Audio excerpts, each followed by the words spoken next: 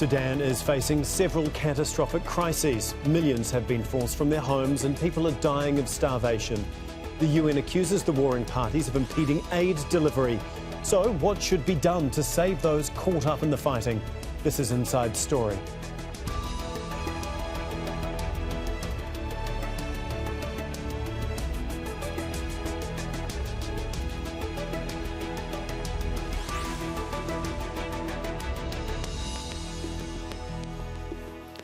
Hello, welcome to the program. I'm Tom McRrae. The battle for control of Sudan has created one of the world's worst humanitarian crises. More than 9 months of fighting between the army and paramilitary rapid support forces has pushed almost 5 million people to the brink of starvation. The World Food Programme says the number of Sudanese going hungry has doubled since the violence began in April. Insecurity and restricted access have made aid agencies' operations nearly impossible. Humanitarian organisations are appealing to the international community to increase their funding and not forget about Sudan as other wars dominate the world's attention. So what can be done to ease the suffering of the Sudanese people? Well, there's plenty to discuss. But first, this report outlines the scale of the catastrophe. A child dies every 2 hours in Zamzam.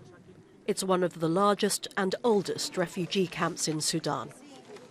Doctors Without Borders says displaced people living here relied heavily on international humanitarian aid even before the latest conflict. Since fighting broke out in April between the army and rapid support forces, it says the situation has become catastrophic.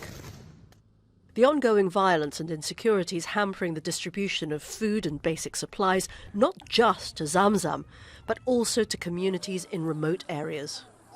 The reality is that because of the ongoing conflict, because of the insecurity, and because we don't have the access to the populations where they are, we're not meeting all of the needs. We need funding to allow us to do that, but beyond that, we need desperately for a ceasefire. During a recent visit, Filippo Grandi, the UN High Commissioner for Refugees, urged the international community not to ignore Sudan. The people most affected feel abandoned, feel forgotten. And clearly, there's been Ukraine and now Gaza. These are tremendously complex crises. It is right that there is attention on them. But what we're asking, we the humanitarians, what we're asking the international community is try to juggle different balls at the same time. More than 9 months of conflict has created one of the world's worst humanitarian crises. Nearly 8 million people have been forced from their homes and displaced within the country's borders. Another 1.7 million have sought refuge in neighbouring states. Healthcare facilities are on the brink of collapse. The economy is spiralling. Both sides are accused of committing war crimes. With no indication a peaceful resolution is on the horizon, aid agencies are appealing for a global intervention. Veronica Pedrosa, Al Jazeera, for Inside Story.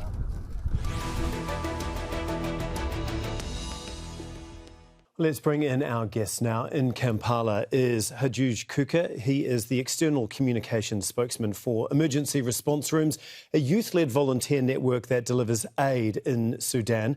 In Cairo, Raga Makawi, who is the editor of African Arguments, a pan-African online news platform. She and her family were forced to flee Khartoum when the conflict began. And in Nairobi, William Carter is the Sudan country director for the Norwegian Refugee Council. Thank you very much for joining us. We really do appreciate your time here on Inside Story. William, if I can please begin with you. You've, in the past, have said Sudan has the highest number of people in emergency food insecurity anywhere in the world. Can you just explain exactly what that means and what the reality is on the ground? It's a devastating situation in Sudan. The largest displacement crisis and now, as you say, one of the largest food insecurity crises in the world.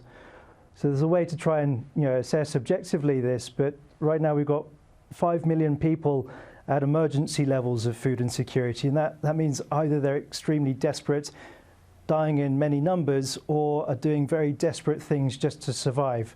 So it's a really grim picture of this conflict-affected country. Millions of people struggling in places like Darfur and Khartoum, in the Kordofan region. And of course, millions of families displaced from it already, also facing their own food insecurity situation. So I was just in the Darfur region and working with our teams. There are war widows displaced. They have no means of an income. Banks aren't working, no jobs. I see people selling what they belong just to make ends meet for a few days. Our colleagues in North Darfur, MSF, has just put out a statement saying that 13 children every day are dying in the largest displacement site in North Darfur. So we're reaching a catastrophic level of hunger for millions of people, more than any other country in the world right now. Yeah, as you say, nearly 5 million people across the country are facing emergency levels of hunger. I mean, it is such a huge number to try and get your head around. Hajooj, how hard is it to deal with something on such a large and widespread scale? Okay, so I want to talk about the emergency response room and how it was impossible to reach Sudan. Yeah, in Khartoum, when the war started, the first few days, you heard about it in the news because the NGOs and international NGOs, local NGOs, everybody was fleeing.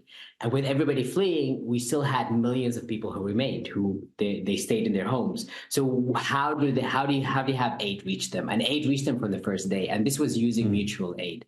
So in Sudan, people were the only way to do it was to help your own family, for people to come together and help themselves, because as William was saying it was from the beginning that a month before the war broke out in April 15, a lot of people didn't get their salaries yet.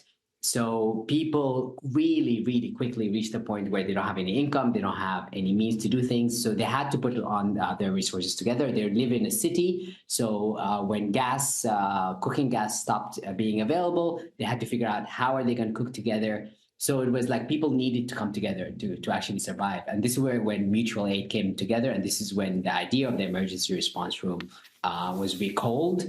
And this is an idea that comes from Sudanese culture, but also comes from how we dealt during the time of COVID. And before that, how we actually came together to topple the Omar al-Bashir regime, a regime that lasted for 30 years of Islamic dictatorship. And it was by people coming in their neighborhoods and coming out to protest. And then during the time of COVID, people came together to try to help each other during the time of the shutdown. And now when the war broke out, people started working in their neighborhoods, putting their resources together, figuring it out, and slowly, as the situation became worse and worse, we started building a partnership with international NGOs, including NRC, and we started coming up with different creative ways to just have food, help with medical, also with children, with our healing, personal healing, and how do we do all that? And it was really amazing to meet a lot of people in the NGO world who are really active in decolonization of humanitarian aid in a way that is based on solidarity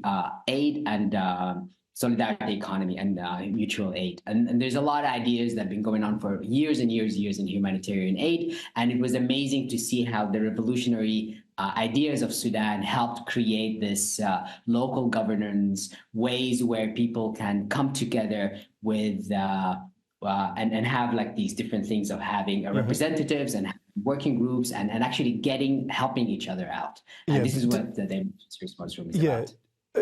Despite all the amazing work that you and many others are doing, there is still such a huge problem that really is just getting worse and worse by the day. Raja, can you just explain who is holding up the aid? I know the UN has accused both sides of this. Who's actually doing it, and how are they going about doing it? And is it deliberate? Absolutely, Tom. It is deliberate. And the reason behind this is that aid is a political tool. This isn't something new. Aid has always been used as a political tool to further political agendas. In terms of access on the ground, this means that whichever warring party has more access to life-saving items, whether they were medicine, food, gas, it would prolong their own lifeline, enable them not just to supply and replenish their own troops on the ground, but also it will allow them to capture communities, bringing them into their fold. As the situation in Sudan stands today, the territorial division of the country, with SAF controlling Port Sudan, the east and Port Sudan, the major kind of access port through the Red Sea, through which most humanitarian aid items are coming through, means that they are effectively a major player in the gatekeeping process. RSF also controls different entry and access points to Sudan through the Libya desert, through the south, and would do the same, would play the same game. William, does it feel like Sudan has been forgotten about? We heard in the story at the beginning of this program, the UN and others basically calling, it was almost a desperate plea to keep attention on Sudan. And how does that affect your ability on the ground to get aid to those in need? It is a very neglected crisis. Just the sheer scale of what's happening, the severity, not just food insecurity, not just war, there's also state and economic collapse of a very large country of around 50 million people. So it really doesn't garner the right support. And when I say that, the right diplomatic and political attention, the right level of funding for us to be able to do a response. So it does very much feel like it's neglected, whether it's obscured intentionally, it doesn't matter. The reality is that everyone needs to stand up because what's happening in Sudan is completely terrible. Yeah. Raja, how do you keep it in the public's attention, especially, with the war in Ukraine ongoing and obviously the war on Gaza, I guess, getting the most headlines at this point in time? How do you keep the focus on Sudan? It's really difficult. And the problem is that Sudan only features in the international attention when it's kind of tied or tethered to some sort of political negotiation or peace platform in one of the region's kind of, many capitals. First, it was Jeddah, later it was Addis, and now the latest contender is Manama in Bahrain. So you've got kind of infrequent and kind of in between attention when it comes to Sudan, always tied to kind of, political processes at the highest level. And unfortunately, when these fall apart, when they cease to exist, attention to the larger kind of crisis of Sudan kind of withers and dies away. Now, civic actors in their kind of, many outfits, whether they were as Hajooj said, they were ERR responders, if they were RC members, whether they're kind of civic actors, part of the kind of new forced diaspora that lives for anywhere from Cairo to Nairobi. Those people are doing a great job in terms of using social media to raise awareness around what's going on in Sudan day by day and why the situation is super dire and what can be done about it. I mean, the amount of GoFundMe campaigns, so crowdfunding, has been actually a very useful and major tool in dealing with the day-to-day kind of, gaps in humanitarian needs for most Sudanese people, whether it was evacuation, urgent kind of, access to medicine, support for women who have been raped. And all of that obviously is in the complete absence also of humanitarian actors on the ground and push from the international community on the outside. Yeah, and that's obviously clearly having an impact on the ground. We saw in the story at the beginning of the show, the Zamzam refugee camp, we heard a child is dying every 2 hours. I mean, that should be gaining international headlines right across the world. Can you just explain, Hajooj, why that is? What is happening in that refugee camp? Is it just simply that not enough aid is getting in? And what are people having to do to try and survive?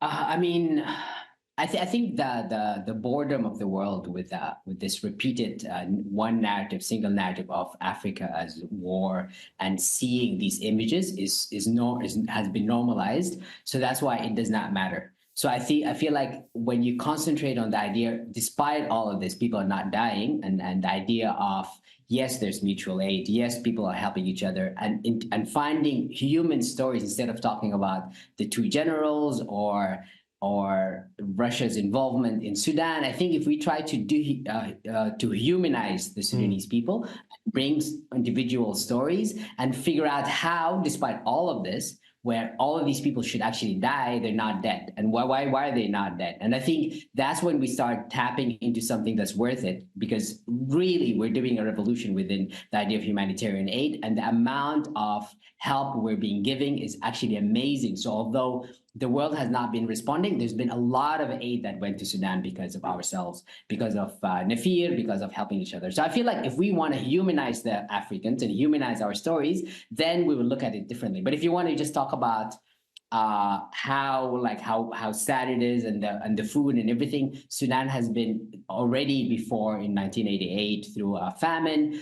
Seeing East Africans in a famine state is not going to move anybody that much, because it's already been normalized. So we have to start digging deeper into and having better reporting, deeper reporting, and actually make it, for lack of a better word, sexy to actually watch what these people are doing and how amazing what they're doing. So I feel like if we just concentrate on that one single narrative, it is really important to put it out. It's really important to have these numbers out. It's really important to say that this is the biggest crisis, but to actually get people to be involved and excited and feel like we can do something about it, that can move this country forward, not just from this famine, but actually go towards development and all that. And it is possible. You have to really dig into Sudan and really find the amazing Sudanese people who can do it. So I really feel like what is needed is harder, deeper reporting into these places. And it's going to take a while, because it's going to be really hard in the beginning to report in Sudan, which you only report on once every month or something.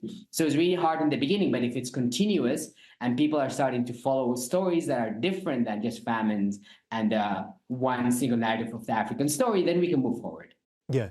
William, I can see you nodding along there. Do you agree with that sentiment that organisations like yours and many others need to change the narrative here? And how do you go about doing that?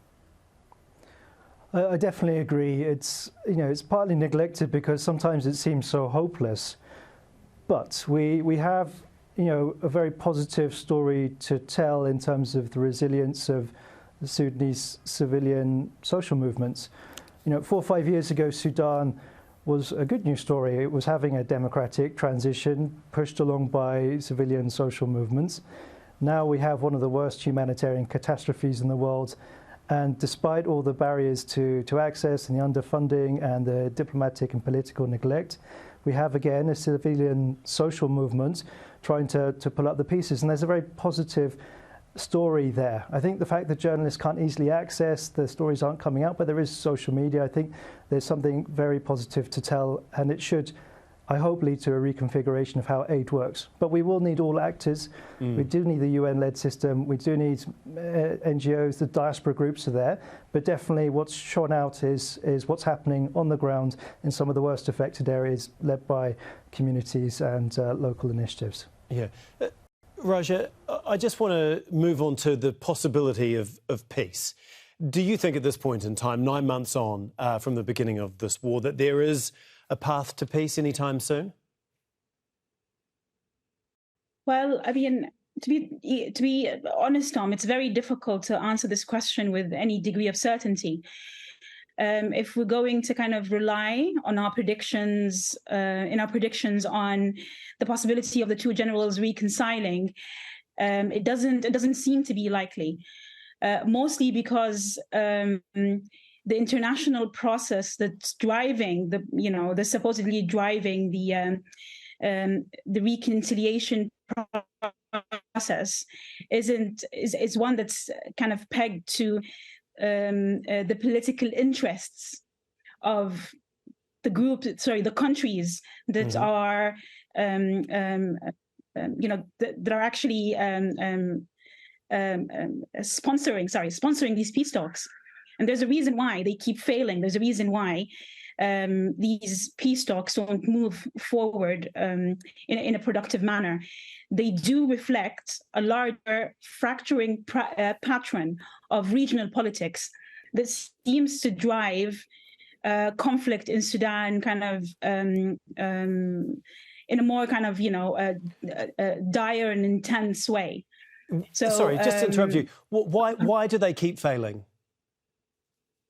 Why do they keep failing? Yeah, well, why? Because the drivers of what makes peace possible isn't reflected neither in the approach or the agenda of these systems. First of all, they're very transactional in nature. They tend to kind of facilitate a process where the opposing parties approach the peace process from a point of showing power. So whomever has more authority, more fighting power on the ground is then able to kind of dictate the terms of the negotiation. Peace processes in Sudan are and continue to be. They were always like this. They're very transactional. While the humanitarian conditions of the people of Sudan, they should have been at the center of these agendas, at the center of these agenda talks. They're nowhere to be found. There's no representation for Sudanese people and their needs to either drive the process or even serve as a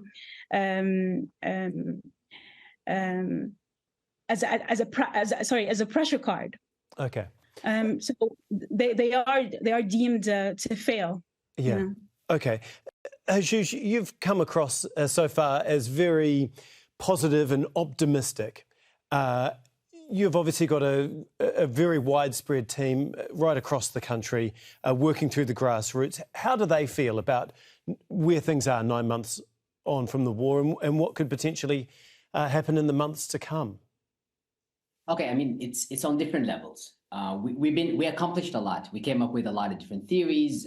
We started working in hospitals and evacuation centers, and we created communal kitchens that grew up to become children's centers, and we have women restrooms, and we have alternative school program now that's coming up. So we moved a long way, but going so deep into the war, we are running into situations where we're not having enough resources. We don't have enough money. The situation became even worse, and but instead of becoming less, we now have more emergency response room in Medini and other places. So we just realized that we're just on the beginning of this is gonna be a long haul. And even if the war stops, and we're really hoping the war stops, and really when we start talking about the generals and the politicians, it takes away any agency we have, because it's really something beyond us. We have nothing to do with this war. It has none of our agendas in it. So we just need them to stop fighting. The moment they stop fighting, we realize now that we need to actually build this destruction. The whole country is destroyed.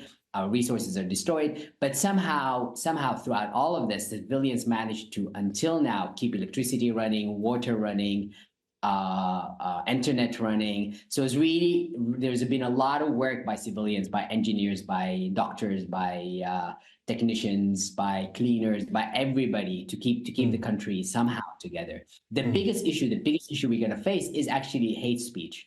The amount of hate, the amount of this war turning into this war against tribes and whatnot is the biggest problem we have, because our biggest problem after the war ends is this is going to be an existential question. Can Sudan even remain as one country?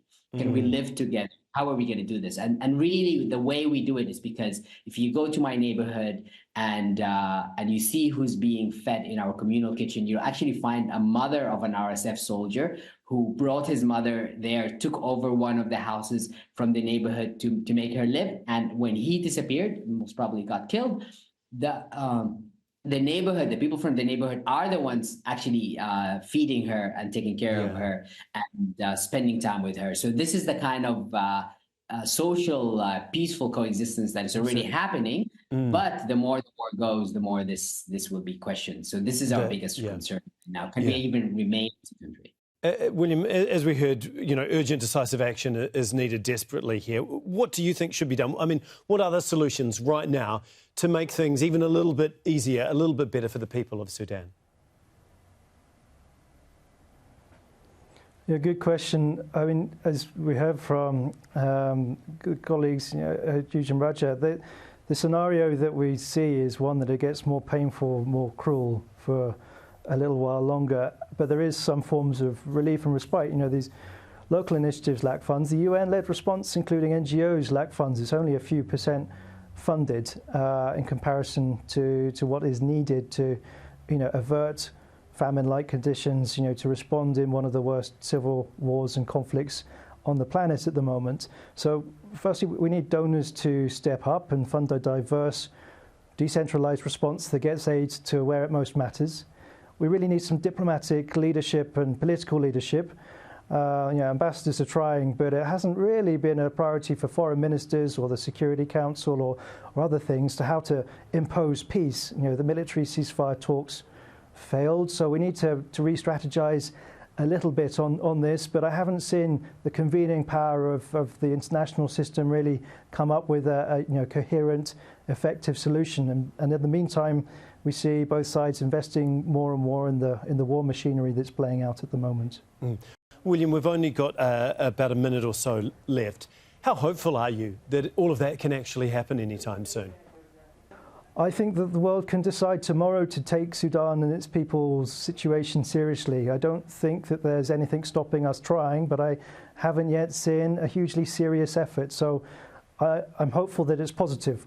Whether the right stars have aligned, we still need to keep pushing for it, but I think that the world will be persuaded. I think at least, one test of whether there's a genuine intent is whether humanitarian access is provided, whether protections and safety for local responders is provided. So I'd ask that of both sides, but I think that we have to have a much stronger, bolder plan in place. Yeah, like you say, a real test of the world's genuine intent. Thank you so much, Hajooj, Raga and William, all three of you for being on Inside Story. We really do appreciate your time and your insight into this. Well, thank you too for watching. You can see the program again anytime by visiting our website, aljazeera.com. For further discussion, go to our Facebook page. That's facebook.com/AJ Inside Story. You can also join the conversation on X. Our handle is @AJ Inside Story. From me, Tom McRrae, and the whole team here, goodbye for now.